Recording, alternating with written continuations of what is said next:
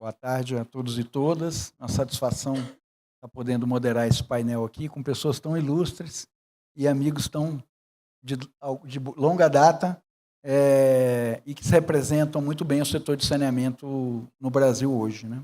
Então, Cristiane, presidente da ABICOM, vai trazer a perspectiva dos concessionários, então do setor privado de saneamento. O painel foi montado para que a gente tivesse diferentes perspectivas sobre a universalização do saneamento. Saneamento entendido aqui nesse painel como abastecimento de água e esgotamento sanitário, para ficar mais claro, né? Pela manhã discutimos bastante resíduos sólidos urbanos, né? A Renata foi convidada para dar perspectiva do poder concedente, especialmente sobre os desafios envolvidos após a assinatura do contrato de concessão. Tá certo? Para que a gente tenha uma perspectiva de que o mundo não se encerra quando a gente termina o nosso trabalho, né? Que é o da estruturação e que já é um desafio substancial, mas também no dia a dia da gestão do contrato. Então, a expectativa é que a Renata possa nos brindar com os desafios que o Estado teve que enfrentar para montar a sua equipe, né, de gestão e também para nos relatar ali o dia a dia da gestão contratual e como é que elas estão vendo a evolução dos contratos do Estado de Alagoas, que foi um dos primeiros que foram assinados dentro da nova perspectiva estabelecida pelo novo marco legal de saneamento. O Ailton Madureira nos brindará aqui, secretário executivo do Ministério das Cidades, com a visão do gestor da Política Pública Nacional de Saneamento Básico. O Ministério das Cidades é o responsável pela Política Nacional de Saneamento Básico e com a visão do gestor em nível federal. E a Luciene Machado, que lidera a área a superintendência do BNDES, que estrutura e estruturou a maioria das concessões que já foram feitas em âmbito regional e que tem dado uma contribuição muito relevante para que a gente possa chegar ao estágio que nós estamos, né? Muito gentilmente eu pedi para a Cristiane Dias e para a ABICOM fazer um estudo sobre o estágio atual das concessões de abastecimento de água e esgotamento sanitário e a contribuição, em particular, a contribuição que as concessões de PPPs estão dando. A ideia era dar um panorama atualizado para vocês, para que você tenha assim, uma rápida pincelada dos 27 estados da federação em relação ao cumprimento das metas de universalização que são estabelecidas no novo marco de saneamento, a Lei 14.026, editada ali em 2020. Nós temos um estado da federação, uma unidade da federação, que é o Distrito Federal, que, do ponto de vista quantitativo, está muito perto ou já atingiu, dependendo do conceito que a gente adote, a universalização. Graças a um trabalho diligente do governo do Distrito Federal, principalmente da sua prestadora de serviço, que é a CAESB, mas também graças à enorme disponibilidade de recursos, inclusive federais, que o governo do Distrito Federal vem sendo brindado ao longo dos anos, que a maioria dos estados não dispõe. Além então, dos 27 estados, nós temos que temos um endereçamento já dado e que consideramos num nível bastante satisfatório. Temos 26 desafios. Dos 26 desafios, são os demais unidades da federação, 13 estados, exatamente a metade, já fizeram concessões regionais. Desses 13 estados, se a gente dividir isso por região aqui, tem os 2 estados da região sul, que é o caso do Rio Grande do Sul e o caso do Paraná. Temos no Sudeste, São Paulo, Rio e Espírito Santo. No Centro-Oeste, apenas Mato Grosso do Sul. No Norte, temos todos os 3 estados da Amazônia Oriental, que é Tocantins, Pará e Amapá. E temos, no Nordeste, 4 estados, Piauí e Ceará, o Ceará parcial, com 2 regiões metropolitanas, e Alagoas e Sergipe, né? São os demais 13 estados, que eu não citei aqui, ou estão no caminho, e aí temos 7 estados ali com estruturações em curso, né? E os outros 6 ainda não temos notícia de que haja estruturação em curso. Dos 7 estados que estão em curso, nós temos ali no Sudeste, Minas Gerais, que vem com esforço em 3 frentes, uma frente estruturada pelo IFC, junto com o apoio do BNDES, que é a do Vale do Jequitinhonha, um vale extremamente pobre, que pega 92 municípios, que é uma estruturação que a gente tem acompanhado e que já está bem avançada. Tem a estruturação em início com recursos do Acordo de Mariana, que pega os 200 municípios do Vale do Rio Doce, que o PPI e o Ministério das Cidades, junto com o Estado, estão contratando junto ao IFC para ser iniciado agora, neste mês. E temos também uma discussão em paralelo, conduzida pelo governo do Estado, de desestatização da sua companhia estadual, a Copasa. Então, temos ali um conjunto de iniciativas que, em boa medida, não são harmônicas, elas precisam sofrer ainda alguns ajustes por dentro para que efetivamente possam ser implementadas em sua plenitude. Além do Estado de Minas, que tem essa complexidade toda, nós temos em estruturação, e aí a maioria com o BNDES, né? Temos o Estado de Goiás, que tem uma expectativa, né, Luciene, de publicar o edital em breve, talvez em 2026, a expectativa era que ainda em 2025 pudesse ser feito, mas a Luciene pode falar um pouco mais. Temos mais o Estado da Paraíba, o Estado do Rio Grande do Norte e o Estado do Maranhão, também em curso com o BNDES em estruturação, e temos o Estado de Rondônia, também em curso com perspectiva de publicação do edital aí 25 para 26, se tudo correr bem. Então, nós temos um avanço muito substancial do ponto de vista do endereçamento da universalização do jeito que está posto nas metas que estão postas como obrigação legal. Mas obrigação legal não basta. E esse é o ponto fundamental. E a ideia do painel é que a gente procure detalhar um pouco mais, tá certo? Então, da perspectiva do poder do concessionário, a Cristiane vai trazer um pouco esse estudo que a ABICOM fez, que mostra um pouco o que já se avançou, o que está se avançando e o que falta, para embasar as discussões e as nossas interações aqui, para que a gente possa passar um panorama mais atualizado possível para a nossa audiência. Eu vou passar a palavra para a Cristiane. Cristiane vai ter um pouco mais de tempo do que os demais colegas para fazer a apresentação, e que vai ser projetada aqui, o Isaac lá vai projetar a partir do momento que você pedir. Cristiane, muito obrigado. Obrigada, Manuel. Boa tarde a todos. Na pessoa do Manuel, cumprimento a todos os colaboradores e servidores do PPI, em cumprimento também o secretário Marcos Cavalcante.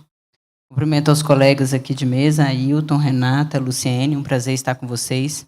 Entre uma ida e vinda, eu estava em Vitória há pouco e hoje à noite estou indo para o Rio, mas fiz uma pausa aqui em Brasília para poder estar aqui nesse fórum tão importante e com essa encomenda que o Manuel me ligou há uns 2, 3 meses atrás, pedindo para a gente fazer um levantamento de dados. E a lógica é essa: o Marco Legal de Saneamento foi aprovado e já estamos há 5 anos dessa aprovação, e agora as pessoas começam a perguntar, mas e aí, funcionou, não funcionou? Em qual estágio nós estamos? Então, esse é o tipo de pergunta que a gente tem ouvido, em que pese, claro, nós estamos falando de contratos de longa duração e os resultados, eles demorarem um pouco para aparecer. A gente consegue muito aferir os resultados econômicos do nível e o emprego de investimento, mas os outros resultados mesmo de ampliação de rede e do ponto de vista social, eles demoram um pouco mais pela natureza do serviço e da infraestrutura que precisa ser construída.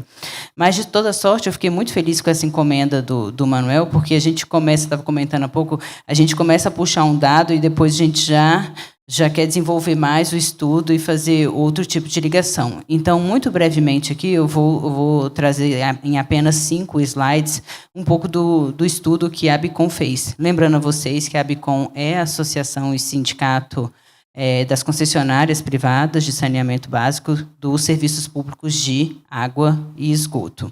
E a ABICOM visa, então, trabalhar para a universalização de serviços com o protagonismo do setor privado. As nossas associadas hoje estão presentes, então, em 1.574 municípios. Então, atendem 1.574 municípios. Bom, a apresentação já está aqui, então eu posso começar. Então, essas são nossas associadas, e aqui é um primeiro slide. Obrigada, Manuel.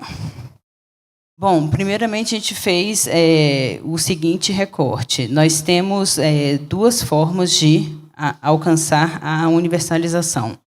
A primeira é através da comprovação da capacidade econômico-financeira. Quem é do setor de saneamento vai se recordar muito que a gente tinha isso por decreto. Então, tinha o decreto de 21 e o decreto de 23, que trouxe essa exigência de comprovação da capacidade econômico-financeira por meio de aditivos contratuais. E a outra maneira de alcançar a universalização são com parcerias com o setor privado por meio de concessões, PPPs e desestatização. Então, esses são os dois caminhos. Então, nós fizemos uma divisão aqui dos municípios. Existem diversos caminhos possíveis para os municípios alcançarem a universalização do atendimento de água, coleta e tratamento de esgoto. O primeiro recorte que nós fizemos são os municípios que já alcançaram as metas de universalização. O segundo são os municípios que possuem contratos com prestadores privados firmados após o novo marco, que possuem metas de atendimento suficientes para alcançar a universalização. Então, são aquelas concessões que foram feitas. Terceiro, são atendidos por companhias estaduais que comprovaram aos reguladores sua capacidade de universalizar. Então, aquilo que eu falei para vocês, né, que atenderam os decretos de 21 e de 23, comprovando a capacidade econômico-financeira. Ou os contratos com concessionárias privadas de antes do marco do saneamento. Antes do marco do saneamento, quem já tinha contrato também, então, está nessa categoria.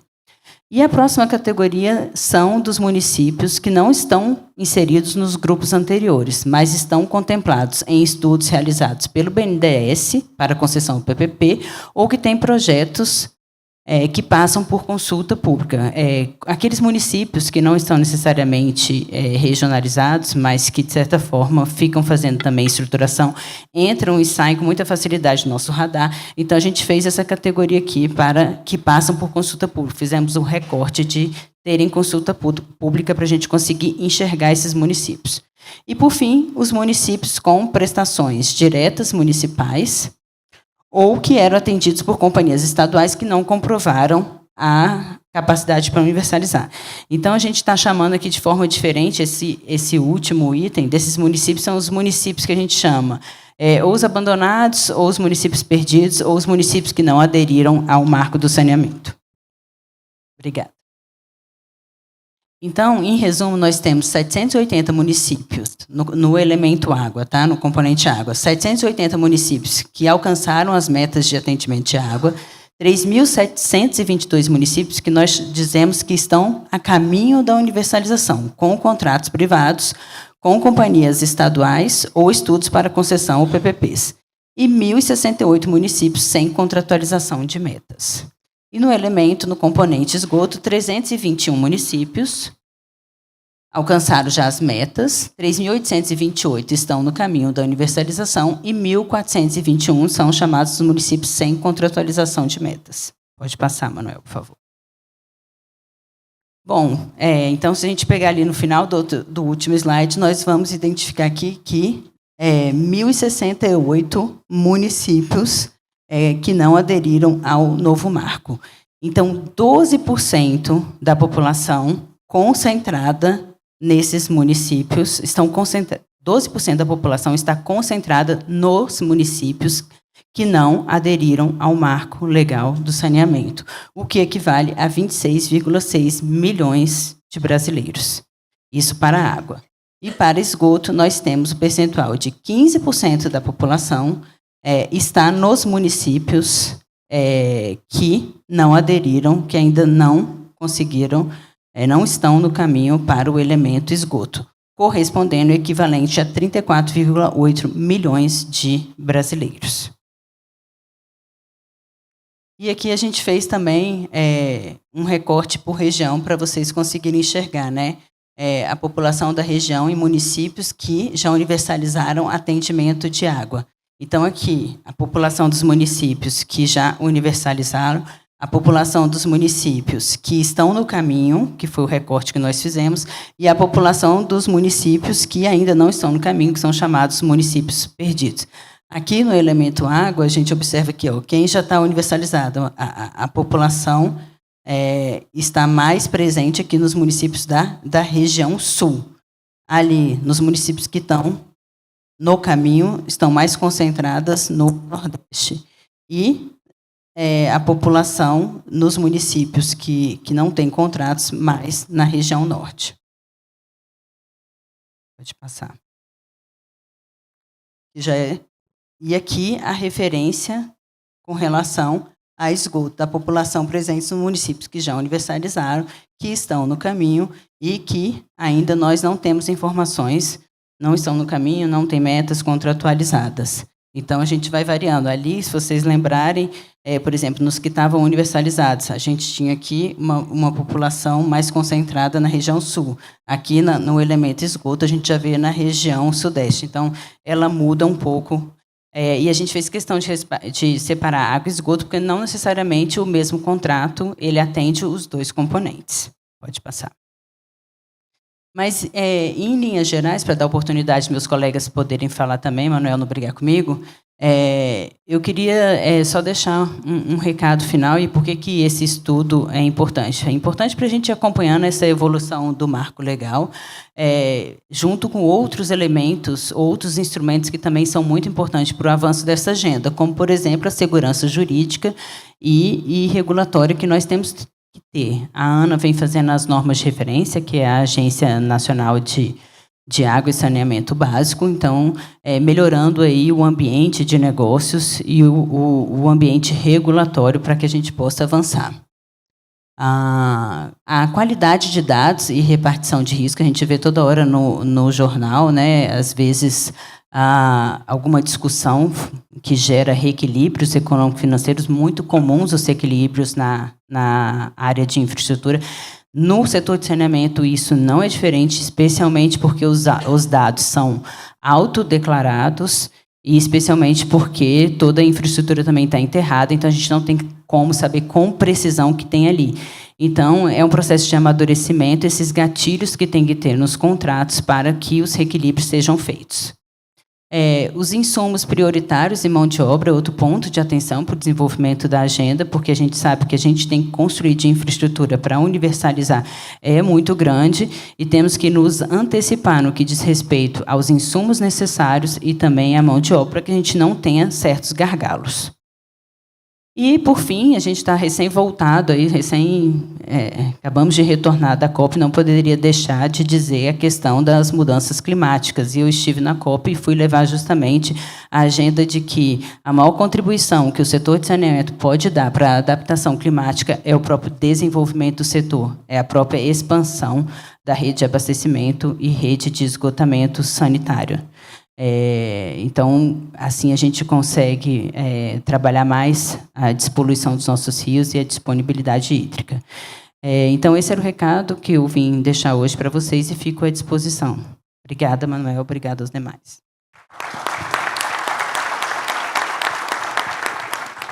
Obrigado, Cristiane. Bom, a ideia era dar um panorama e acho que Cristiane conseguiu com muita competência dar um panorama geral, né? Eu vou passar a palavra para a Luciene, começar a nossa repercussão.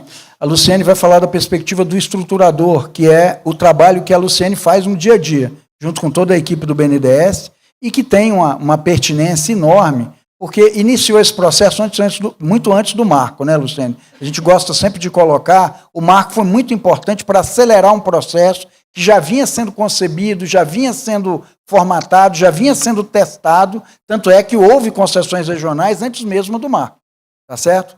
Então, o trabalho que o BNDES vem fazendo nesse particular, muito valioso, e não só valioso, nos ajudou enormemente a conseguir esse resultado que a Cristiane bem colocou aqui, que mostra que o que já está atingido ainda não é muito expressivo do ponto de vista quantitativo, mas o que está encaminhado é muito expressivo, né? Então, a Luciene vai falar um pouco para a gente sobre a perspectiva do estruturador. Quer dizer, e uma pergunta fundamental para colocar para a Luciene nós sabemos que o que não está endereçado, que a gente chama de abandonados, né, são municípios majoritariamente menores e majoritariamente isolados e majoritariamente com infraestrutura muito deficiente e localizados em regiões ou em locais de economia menos dinâmica. Logo, muitas vezes, o modelo que nós estamos usando de estruturação, de concessão comum, com outorga, pode não ser adequado para satisfazer as necessidades desse município dentro do horizonte temporal que o marco legal estabelece, mesmo estendendo até 2040, como ele admite. Então, um questionamento importante para a Luciene é: em que medida a gente não tem que adaptar o modelo de estruturação que nós temos usado até aqui para dar conta daquele universo de municípios que está ali ainda não no caminho, como ainda não está no caminho, como a Cristiane bem colocou aqui. Legal, boa tarde. Obrigada, Manuel, Bom, primeiro agradecer ao PPI, parabenizar muito, né? É um fórum que está se consolidando, é muito bom ver, né, a quantidade de todos nós aqui que compõem a discussão desses instrumentos, né, e, no fundo, perseguem aí a melhor qualidade do serviço público, crescer a cada ano e se consolidar aqui na agenda. A gente está assim, bastante feliz, eu acho que essa forma do Manuel abordar ela é muito propícia, né, assim, para uma reflexão maior, no seguinte sentido: a gente avançou, de fato, né, antes do marco legal, sim, e naturalmente com um ímpeto maior pós-edição aí da lei, né, 14.026, aí em julho de 2020, conformando grandes arranjos regionais. Então, esse é o nosso foco, né? Naturalmente, a gente não acredita que o país vai universalizar de um só jeito, né? A gente tem realidades muito específicas e isso precisa ser levado em consideração na estratégia, né, rumo à universalização, mas a gente, de fato, acredita na força e no poder dos bons exemplos. Acho que uma parte aqui da história que já foi contada em 5 anos, ou um pouco mais, talvez, se a gente retroceder ali ao momento das medidas provisórias que depois resultaram na lei, né, acho que mostra que os bons exemplos falaram alto e eles vão, aos poucos, convencendo, né, os que ainda não se converteram, né, na busca de uma solução que não vai ser uma solução única, como a gente vê aí, mesmo quem já fez, né, quem tem metas contratualizadas, que é um jargão que a Bicom e a Cristiane usam, que eu acho que é um bom jargão, já são em um número considerável e são modelos absolutamente distintos entre si. A gente tem concessões puras, a gente tem concessões parciais, que é o nosso jargão para dizer que a produção de água continua com o ente público, notadamente, em especial, companhias estaduais, e a distribuição, o tratamento e coleta do esgoto vão para esse ator privado. A gente tem companhias privatizadas, como foi o caso da Corsan, mais recentemente, há um pouco mais de um ano, o caso da Sabesp. A gente tem um grande número de PPPs. Então, a gente tem multiplicidade de modelos. A gente tem companhias estaduais, o Manuel citou a CAESB aqui, né, no Distrito Federal, universalizadas. A gente tem outras com muito mais dificuldades, como acho que acontece nos setores de infraestrutura no Brasil, a gente tem de tudo. E quando a gente pensar que não tem mais um exemplo, né?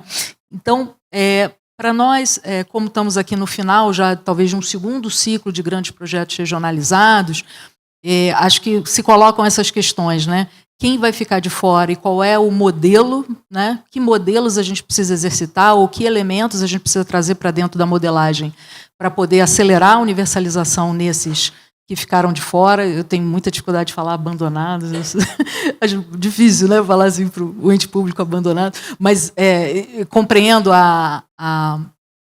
assim, o conceito, né, daquele que ainda não se decidiu por uma estratégia clara que leve à universalização, como o marco legal preconiza, e aqueles que estão a caminho, né? Aqueles que estão a caminho e têm metas contratualizadas de algum jeito, né, com parceiros privados, eu acho que ali a gente tem algumas preocupações nesse caminho crítico para a universalização. Eu vou me permitir fazer aqui um raciocínio com vocês sobre quais são assim, os elementos-chave que a gente vai precisar perseguir ao longo desses contratos de longo prazo. Porque, no fundo, a modelagem, né, a estratégia da modelagem, a atração de um ator privado, ela parte de alguns pressupostos, né? O primeiro é que aqui a gente tem um conjunto de investimentos muito relevantes para atingir a universalização. O serviço público de saneamento ele não vai ser provido em melhor qualidade, com tempestividade, com a frequência necessária, sem realizar investimentos. E o marco legal trouxe uma perspectiva temporal para a realização desses investimentos até 2033, no máximo até 2039, 40, se comprovada a impossibilidade de fazer, né, no horizonte anterior. Então, é claro que quanto mais o tempo anda, estamos em 25, cada vez temos menos tempo para fazer um volume muito importante de investimentos. E esse é um elemento a ser considerado, né? Como são investimentos muito parrudos, ninguém vai fazer, né? Nenhum privado vai fazer esses investimentos com recursos próprios somente. Então, é preciso pensar na financiabilidade desses investimentos. E aqui acho que tem uma boa notícia, pelo menos desse horizonte que a gente já viveu, todos nós, né, do setor. A financiabilidade dos investimentos não foi uma barreira até então, né? Mesmo para os arranjos de grande porte modelados e que chegaram à fase externa, não só o BNDES, a Caixa com saneamento para todos, os multilaterais e, fundamentalmente, o mercado de capitais na vertente de renda fixa, ou seja, muitos fundos e muitos bolsos, e no fim do dia pessoas físicas que estão ali usufruindo de, enfim, rentabilidade e benefícios tributários nas debêntures incentivadas, compraram dívida desses investimentos. Isso é muito importante, eu diria, que para a legitimidade aí da realização desses investimentos no futuro, né? Outros elementos, eu acho que em relação aos investimentos, a Cristiane trouxe aqui, relativos à disponibilidade dos insumos essenciais, mão de obra e os principais itens aí de produção, né, de suprimentos.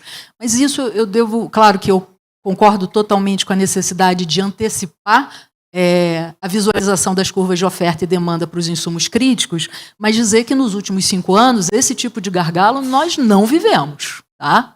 Apesar dos investimentos terem crescido ali, em torno de 2019, eles ficavam ali em torno de 16 bi, ano passado já foi mais perto de 25, 26 bi, então tem aí um crescimento.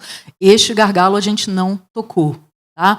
Mas de fato, uma atenção para o futuro, quando esse conjunto de curvas de investimentos se sobrepuserem e a gente tiver uma pressão maior sobre as cadeias de suprimento. Tá? Mas ainda não é, de fato, o caso. Um outro elemento que chama muita atenção nessa modelagem, que os investimentos acontecem todos no primeiro ciclo e muito rapidamente, né? Mas que são, então, contratos muito longos, de 30, 35, a concessão do Pará, que foi licitada agora em abril, o segundo lote em agosto, né? 40 anos. Por que isso? Para poder amortizar esses investimentos, né, relevantes que são feitos, eles presumem estabilidade de regras, eles presumem cumprimento de obrigações contratuais. Então, a gente entra naquele triângulo, né, naquele tripé, talvez, se vocês quiserem, entre as competências do poder concedente, da regulação, e o que o usuário ele mesmo pode fazer a respeito. Isso eu acho que é inescapável a qualquer relação que se estruture em contratos de concessão e PPP de longo prazo.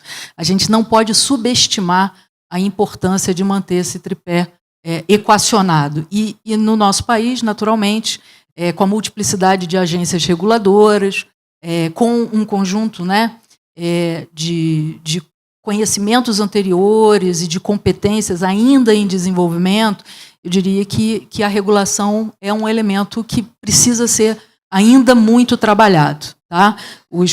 As modelagens trazem para a regulação estadual, em geral, né, e tentam, então, maior centralização, inclusive para gerar especialização e competências nessas agências, mas a gente sabe de todas as dificuldades, né, de ter, de fato, agências funcionais, com estruturas adequadas, com capacitação adequada, com recursos financeiros, com independência administrativa, enfim, tudo aquilo que está no livro-texto que a gente estuda, né? E que é absolutamente fundamental. Falou de serviço público, tem interesse do concedente, tem interesse do usuário, mas tem um acionista privado que precisa perseguir o retorno, precisa do regulador, e nós não vamos fazer essas metas contratualizadas sem regulação.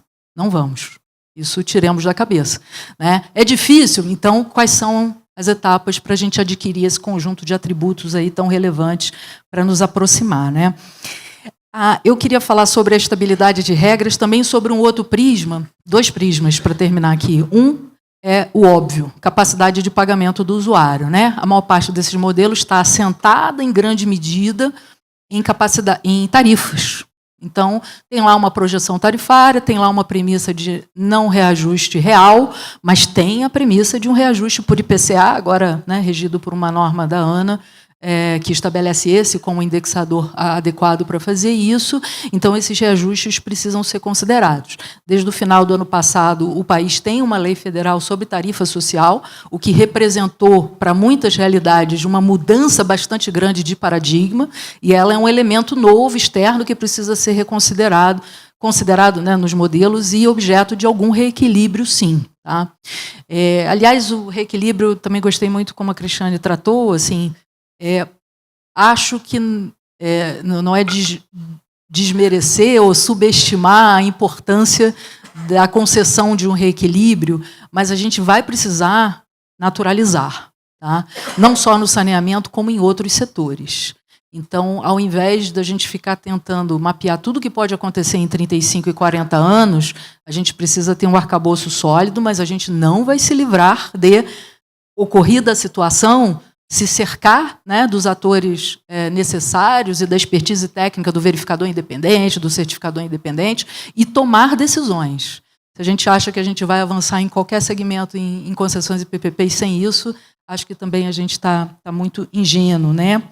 E o outro elemento, naturalmente, é o da regionalização.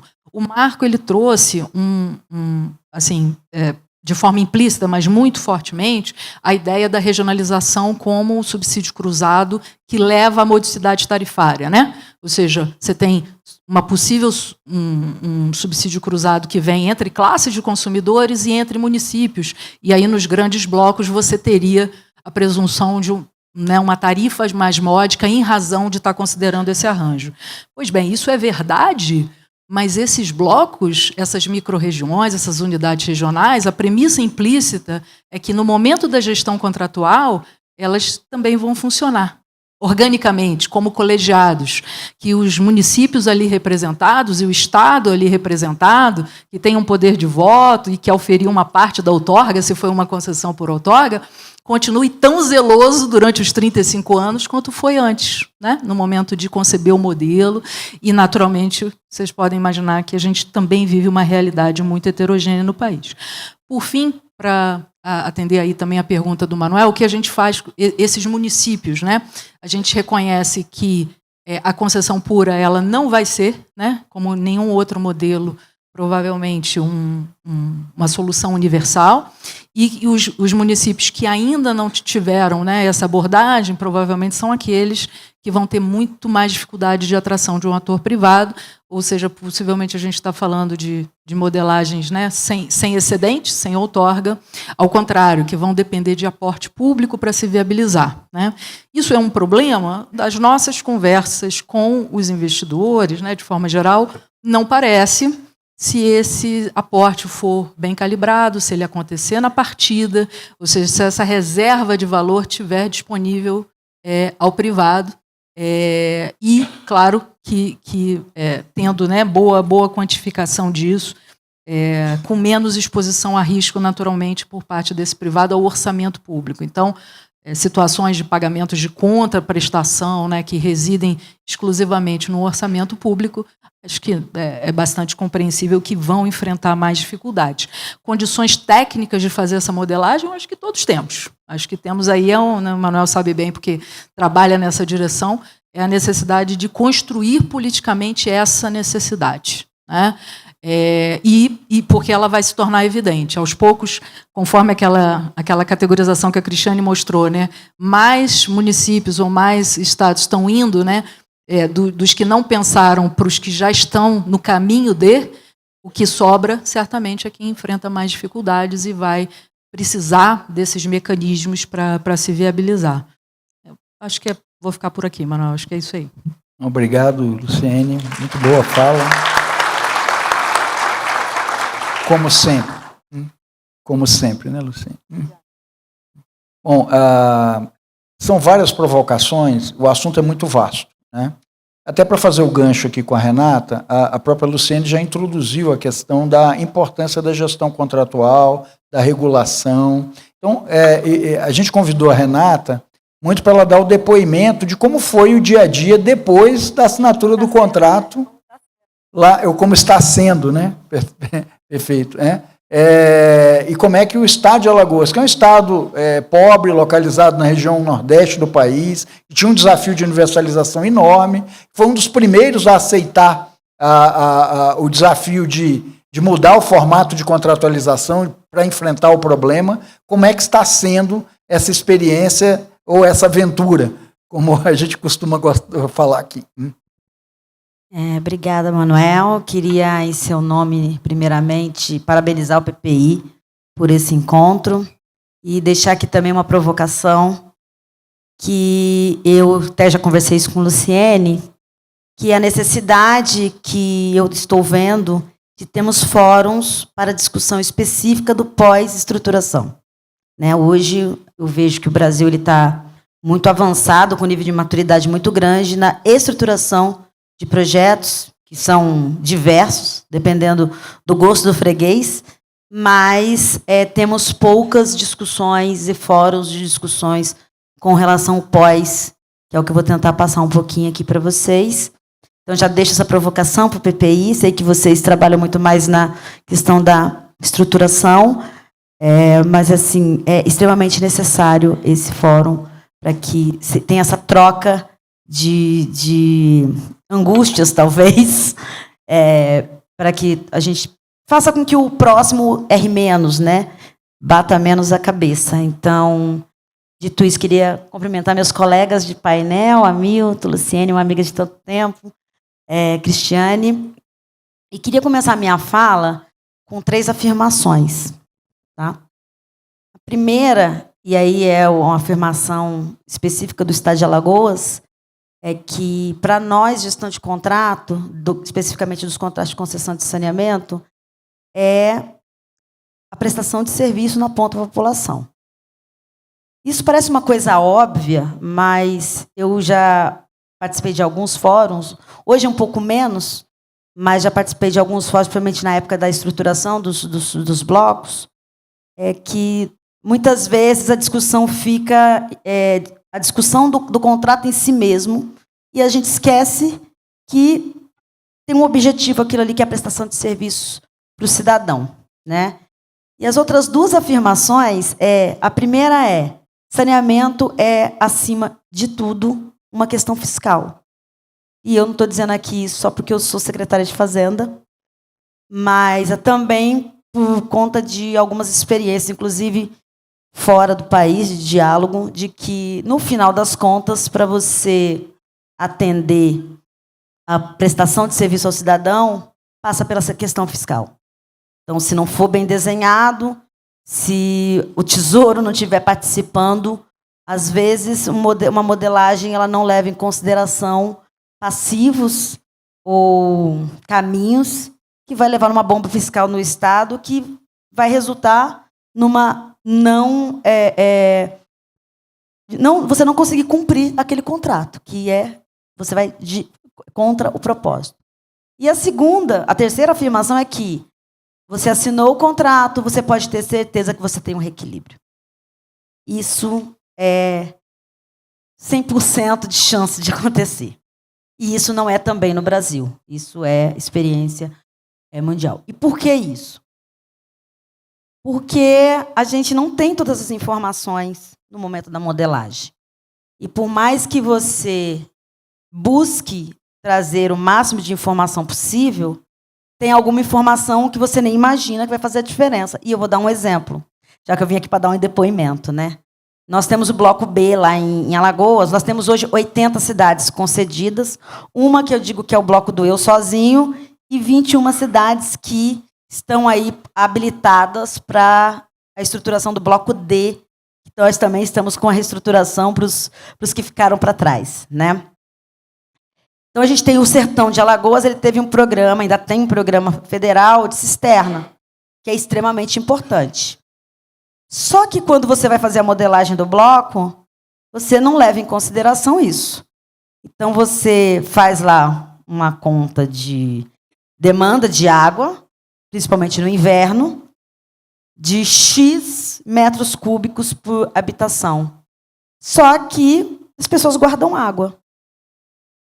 E, naquele momento que você acha que vai ser X metros cúbicos de consumo, meio X.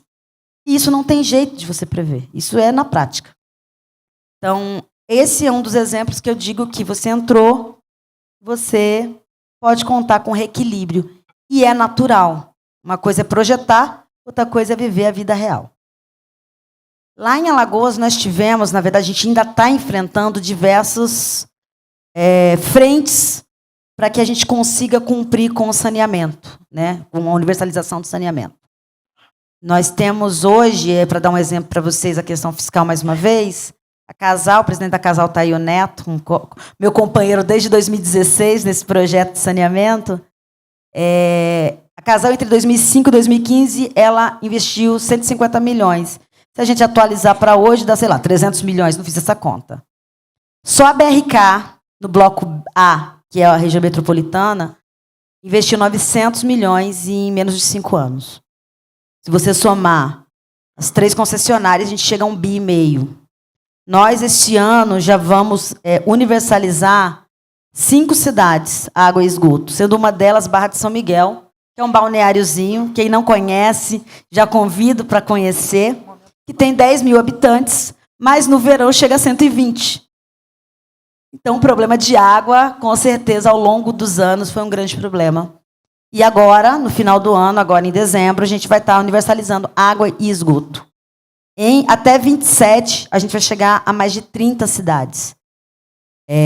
Então, é um investimento feito pelo privado que provavelmente a Casal não teria condições, e não são condições técnicas, são condições fiscais de fazer. E o Estado de Alagoas, como sócio majoritário, também não teria condições de fazer esse aporte. Do ponto de vista regulatório, este é um ponto que, muitas vezes, no processo de estruturação, a gente fala, mas quando o contrato está acontecendo, você vê a realidade. Nós tivemos uma agência reguladora que foi absolutamente 100% reorganizada, está sendo reorganizada para atender o saneamento e o gás agora, que é um outro projeto grande que nós temos lá. Então, a Arsal, ela passou desde o processo de reestruturação de sua lei, de suas tarifas, do seu quadro técnico, até agora que nós vamos lançar o concurso público deles. Então, se você também fizer um processo de concessão sem olhar para a parte regulatória, a tendência de você ter grandes problemas que vão, no final das contas, inviabilizar a gestão do contrato, a execução do contrato, e, no final das contas, não fazer a prestação de serviço para o cidadão, é gigantesca. Nós, assim, a Alagoas, ela foi pioneira, né? A gente foi o primeiro estado a fazer a concessão do bloco A, antes do marco. Inclusive, nós, junto com o BNDES, trabalhamos muito na discussão do marco, quando do seu processo de aprovação no Congresso, porque o marco ele podia ter inviabilizado um estudo de mais de 2 anos. E a gente conseguiu demonstrar para os legisladores, assim como para o Poder Executivo à época, que o nosso modelo ele era aderente ao marco, se fizessem pequenas alterações, e que não seria desfavorável à questão da participação do privado, que era uma grande preocupação. Então, ser o primeiro é bom, tem o ônus e tem o bônus, né? Então, falar de VI no marco do saneamento também é uma coisa nova. E também é um processo de diálogo entre todas as partes, poder concedente, concessionária e o regulador. E tenho mais um dado para dar para vocês. Nós tínhamos uma média de 65% de qualidade da água. E hoje nós temos 99% em todos os 80 municípios que são atendidos por meio da concessionária. O desafio que nós temos hoje, além da questão tarifária, que no nosso caso, ter sido primeiro também a lei da questão da tarifa social, é uma lei que nos traz muita preocupação. Saiu agora essa semana a regulamentação da ANA, né? A gente ainda está debruçado para ver como vai ser, mas para vocês terem uma ideia, dependendo de como for interpretada essa legislação, pode trazer a inviabilização do nosso contrato. Porque o processo de reequilíbrio necessário para o atendimento pode cair num problema fiscal, porque o Estado provavelmente não vai ter condições de arcar com o tamanho do passivo gerado por isso. Então, a questão da lei federal,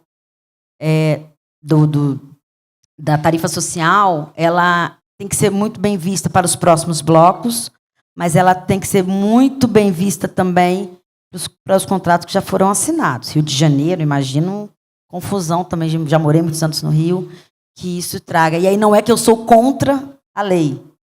Na verdade, aqui a gente tem que trabalhar sempre com segurança jurídica. E se você não tem recurso para bancar esse passivo, não há segurança jurídica que segure esse contrato de concessão. São tantas coisas, gente, para falar. Estou tentando aqui dar um panorama para vocês. E aí, para finalizar, que é o que eu acho que você pediu para eu colocar, que é como montar uma equipe, né, para fazer a gestão do contrato, a gente, desde o processo de reestruturação, a gente trabalha num modelo de governança com todos os órgãos que participam do processo. Então, na época da estruturação, era Casal, Fazenda, Planejamento, Infraestrutura e Arsal. E, pós a contrato, tem as concessionárias que entraram nisso. E o Ministério Público, que de vez em quando é convidado. O diálogo ele tem que ser constante. Nós temos, em todas essas entidades do setor público, gestores específicos. Eu tenho um auditor de carreira que cuida disso. A Secretaria de Governo ela tem um técnico que cuida disso. O Neto, ele pessoalmente cuida, mas ele também tem uma assessoria. E a Arsal ela tem toda uma diretoria que cuida disso. Então, são reuniões que temos pelo menos uma vez por mês para tratar dos diversos assuntos. O desafio agora é como, nas trocas de governo, manter essa governança. Dado que nem sempre você tem quadros que são efetivos. O caso da Fazenda é efetivo. Meu caso não, que eu sou comissionada, né? Estou como secretária. Mas tem um auditor de carreira, na Casal também, mas na Arsal até agora não tem, só faz concurso. Então, esse é um grande desafio. Como a gente pode deixar quadros qualificados para que se mantenha ao longo de 35, 40 anos essa gestão. O histórico do processo é muito importante. Ter eu e o Neto lá ainda, que estamos lá desde 2016, a primeira reunião com Maria Silvia ainda, lá no BNDES, setembro de 2016, é extremamente relevante para, em muitos momentos, a gente lembrar, não, mas este indicador ele foi pensado de tal forma, assim, assim, assim. VI tem que pensar dessa forma. Como a gente faz para regulamentar isso? Então, o histórico é uma coisa muito importante. Então, eu acho que é isso. Assim, tentei aí pincelar cada uma das grandes áreas, os desafios que nós enfrentamos. E fica a provocação para a gente montar esse fórum de troca de experiências. Já está aceito, Renato. Muito obrigado. Excelente depoimento. São vários aspectos, né, que podem ser considerados, né? Essa questão da naturalização do reequilíbrio, com todo o cuidado que ela deve ser tratada, acho que nós temos dois exemplos, como você citou muito bem, que são absolutamente reveladores da instabilidade de regras no Brasil e que vão provocar um reequilíbrio de todos os contratos que já estão em vigor, sejam eles feitos sobre o novo arranjo, sejam eles feitos ainda sobre o arcabouço. Uma é a própria lei da tarifa social, provoca um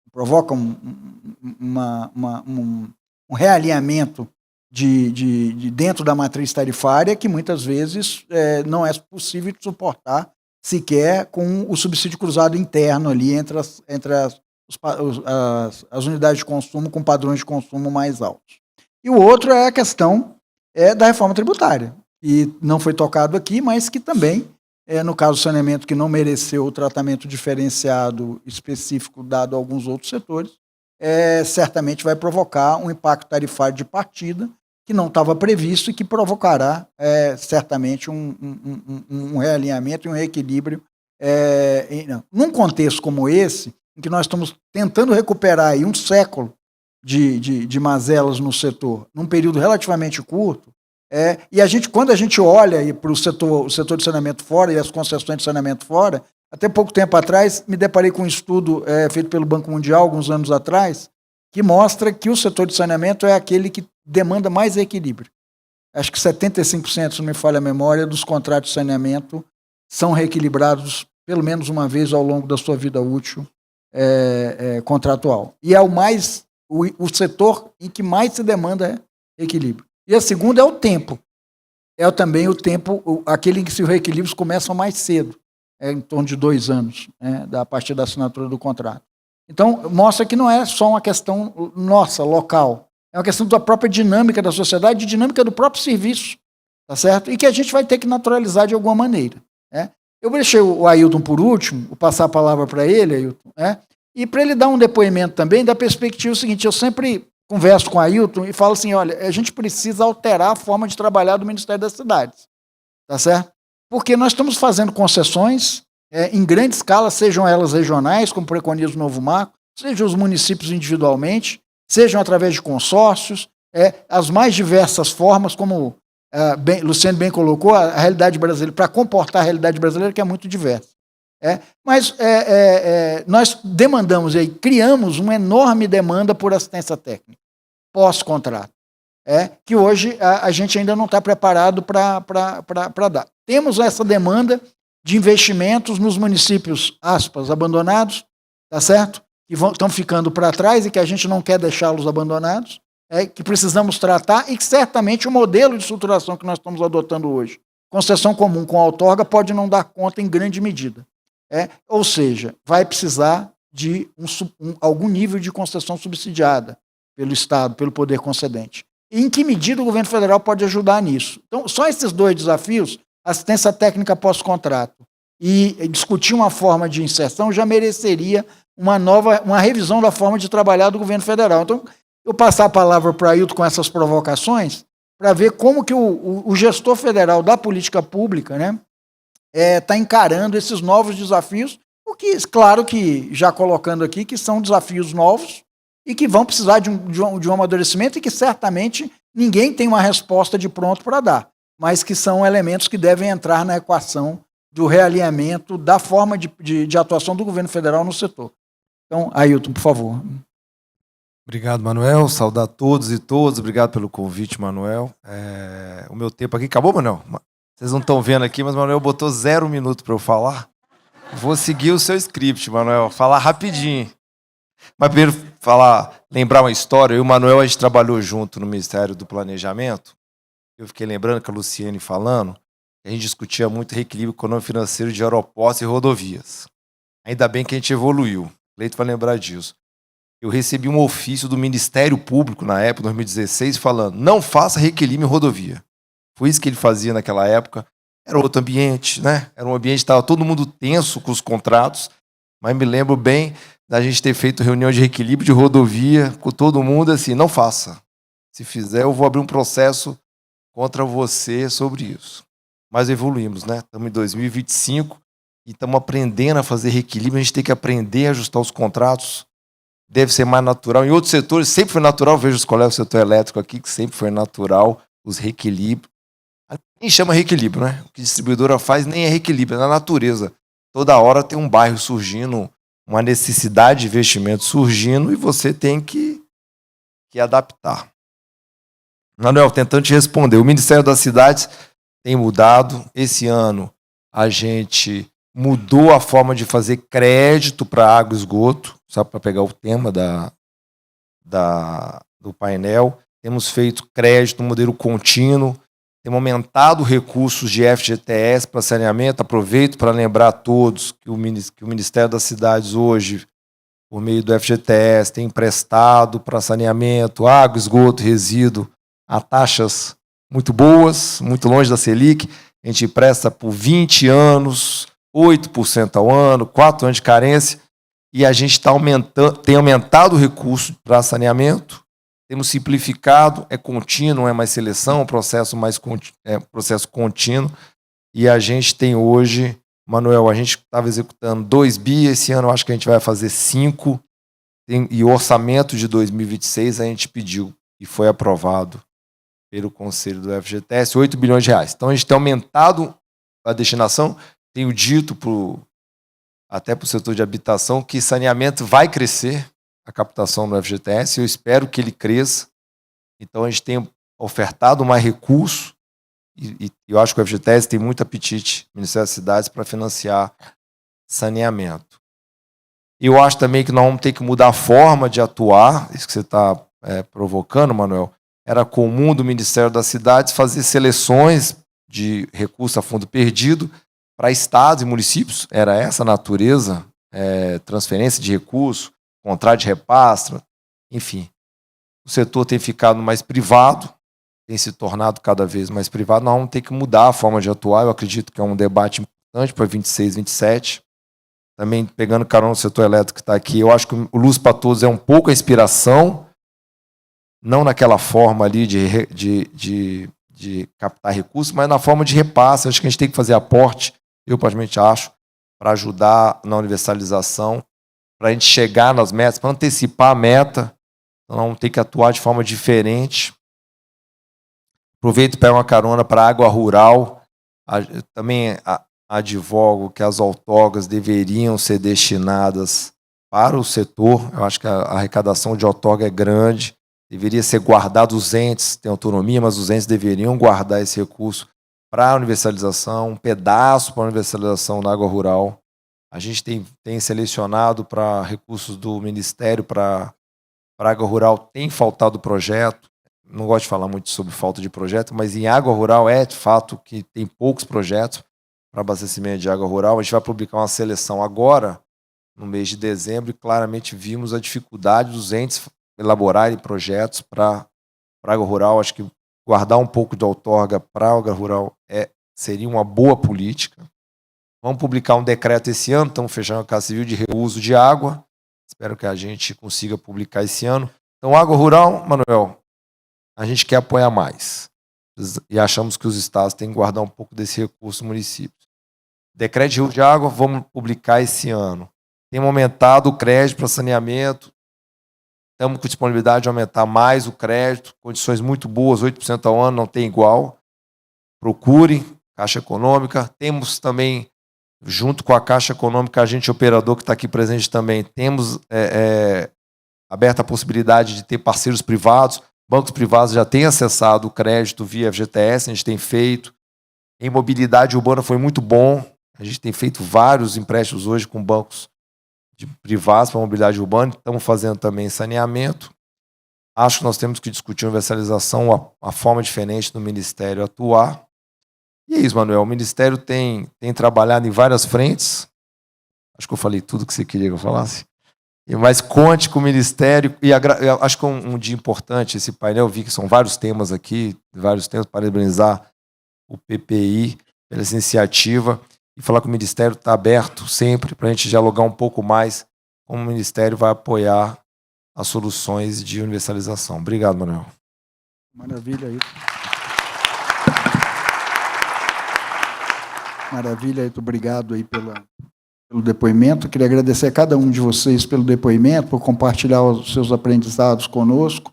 E aí, Ailton, dizer também que nós estamos tendo uma experiência agora de testar esse modelo de concessão subsidiada em água e esgoto com a Cor de Mariana, né? Para não deixar lembrar que vocês lá do Cidade, junto conosco, estão na comissão do governo federal, né? E que tem a responsabilidade de alocar os recursos. Estamos escolhendo fazer por concessão, com aporte, né? Que é uma concessão no modelo que a gente vai experimentar, e que certamente, né, Luciane, pode nos inspirar. O BNDES vai nos ajudar na estruturação lá do Espírito Santo, o contrato deve ser assinado depois de amanhã, e Minas Gerais também, essa semana, deve assinar. O contrato vai ser o IFC, o estruturador de água e esgoto, e em ambos os casos nós estamos prevendo utilizar os recursos de Mariana como aporte de recursos. E nós vamos testar esse modelo que a gente espera, né, que com a ajuda do BNDES, do IFC e dos demais estruturadores, a gente consiga um novo modelo em que a gente não foque tanto nas outorgas, sem considerar e sem desmerecer o papel das outorgas para estimular os poderes concedentes a fazer as concessões, e também dar segurança para os contratos, que é um elemento importante, mas também testar essa forma esse modelo novo para que a gente possa dar conta desses casos de municípios isolados, muitas vezes, e localizados em áreas menos dinâmicas, né? Que pode nos dar aí um aprendizado bastante robusto, né? Testado na realidade nacional, né? Que é muito importante, né? Então, queria agradecer a todos, dizer que foi uma satisfação compartilhar com vocês esse painel. Agradecer muito a Cristiane e a equipe da ABICOM que fizeram um estudo inicial para nos provocar a levantar os pontos mais relevantes e dizer que nós estamos à disposição, já aceitando aqui o convite da Renata, a provocação da Renata, de a gente provocar discussões mais específicas referentes à gestão dos contratos e mais do que discussões, né, Renata? Discutir uma ampliação do formato de atuação do PPI, que é uma provocação que o Marcos Cavalcante sempre tem nos feito, para que a gente passe a atuar de forma mais efetiva na estruturação dos contratos, além da estruturação dos contratos, na gestão dos contratos. Claro que sempre dando suporte ao poder concedente e não diretamente. Tá certo? Então, muito obrigado a todos. Devolvo a palavra para a moderadora para introduzir o próximo painel e agradecer a todos a presença e a atenção.